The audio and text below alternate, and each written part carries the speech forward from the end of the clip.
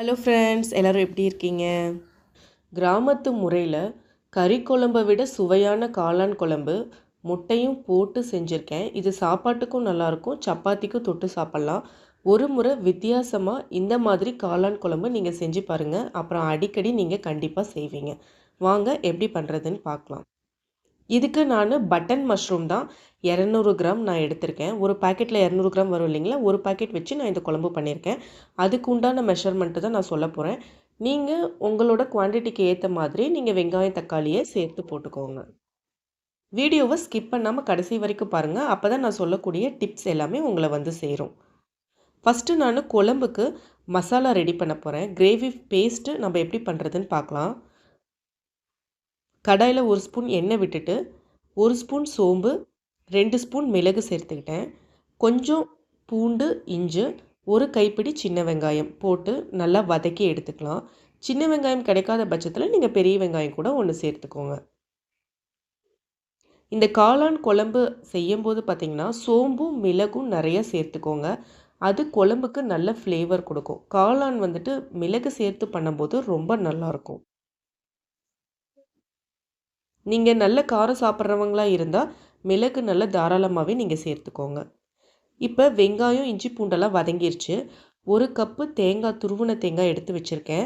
அதையும் இது கூட சேர்த்து ஒரு 2 நிமிஷம் போல் பெரட்டிட்டு அடுப்பை ஆஃப் பண்ணிடலாம்.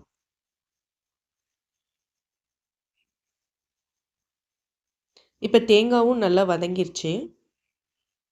இதில் 1 ஸ்பூன் அளவுக்கு நம்ம கசகசா சேர்த்துக்கலாம்.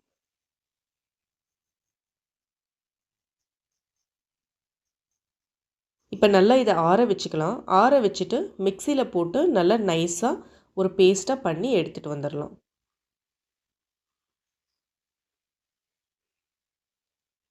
இப்போ நம்ம காளான் குழம்பு செய்ய ஸ்டார்ட் பண்ணிடலாம்.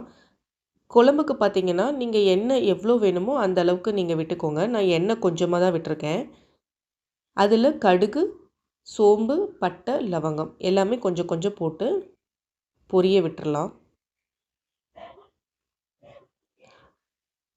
ஒரு 2 பொடி பொடியாக கட் பண்ண வெங்காயம் சேர்த்துக்கலாம். வெங்காயம் நல்லா வதங்கட்டும்.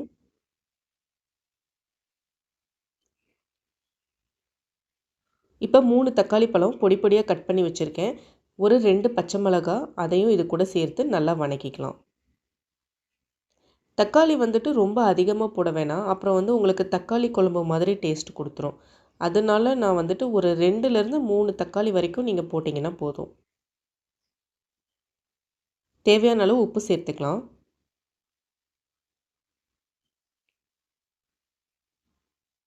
நான் இதே மாதிரியே இன்னொரு மஷ்ரூம் கிரேவி வீடியோ அப்லோட் பண்ணியிருக்கேன். அதை நான் உங்களுக்கு டிஸ்கிரிப்ஷன் பாக்ஸில் கொடுக்குறேன். அது வந்து பார்த்திங்கன்னா சப்பாத்திக்கு மட்டுமான ஒரு மஷ்ரூம் கிரேவி அது. இது பார்த்திங்கன்னா நீங்கள் சப்பாத்திக்கும் வச்சு சாப்பிட்லாம், ரைஸ்க்குமே வச்சு சாப்பிட்லாம். ரொம்ப நல்லாயிருக்கும். இப்போ பாருங்கள் தக்காளி நல்லா வதங்கி வந்துருச்சு.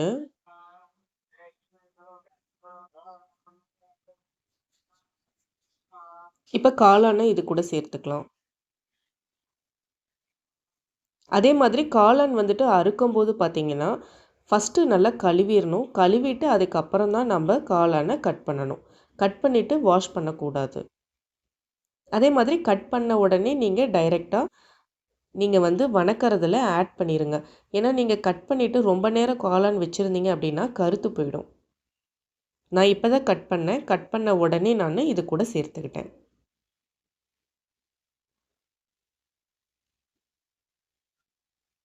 காளான் வேகிறதுக்கு பார்த்திங்கன்னா ரொம்ப நேரம் ஆகாது.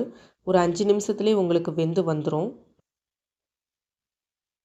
இதில் பார்த்திங்கன்னா நான் குழம்பு பொடியெல்லாம் எதுவுமே சேர்த்துலைங்க.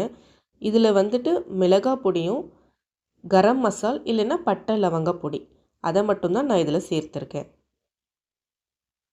மஷ்ரூம் வணங்கிருச்சு. இப்போ நம்ம கிரேவிக்கு பேஸ்ட்டு மிக்சியில் அடித்து வச்சுருந்தோம் இல்லைங்களா, அதையும் இது கூட சேர்த்துக்கலாம்.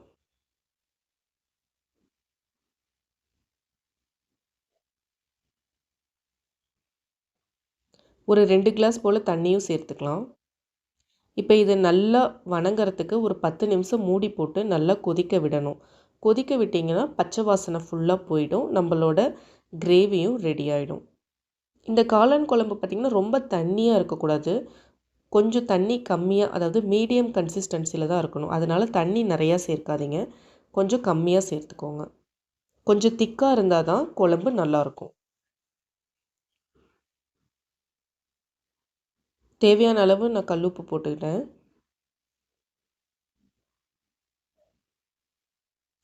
நீங்களும் ஒரு தடவை இந்த மாதிரி காளான் குழம்பு கண்டிப்பாக செஞ்சு பாருங்கள். 4 முட்டை தனியாக நான் வேக வச்சு எடுத்து வச்சுருக்கேன். அந்த முட்டையுமே இந்த குழம்பு கூட இப்போ நான் சேர்த்த போகிறேன்.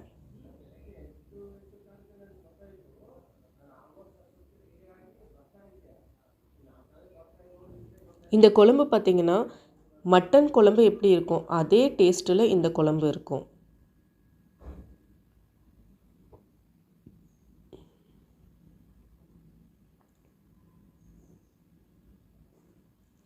புரட்டாசி மாதம் இல்லை சில விரத நாட்களில் நம்ம கறி சேர்க்க முடியாது. அந்த மாதிரி டைமில் நீங்கள் காளான் குழம்பு இந்த மாதிரி செஞ்சு சாப்பிட்லாம். இதில் நீங்கள் முட்டையை போடுறத அவாய்ட் பண்ணிவிட்டு வெறும் காளான் குழம்பு மட்டும் நீங்கள் செஞ்சு சாப்பிட்லாம். அப்போ உங்களுக்கு கறி குழம்பு டேஸ்ட்லேயே உங்களுக்கு சைவ குழம்பு கிடைச்சிரும். இப்போ கார்னிஷிங்க்கு கொத்தமல்லி தலையை போட்டுட்டு அடுப்பை ஆஃப் பண்ணிடலாம். அவ்வளோதான். நீங்களும் இந்த குழம்பு கண்டிப்பாக ட்ரை பண்ணி பாருங்கள். என்னோடய ரெசிபீஸ்லாம் பிடிச்சிருக்குன்னா மறக்காமல் என் சேனலை சப்ஸ்கிரைப் பண்ணிடுங்க. மறுபடியும் நெக்ஸ்ட் வீடியோவில் பார்க்கலாம். பாய்.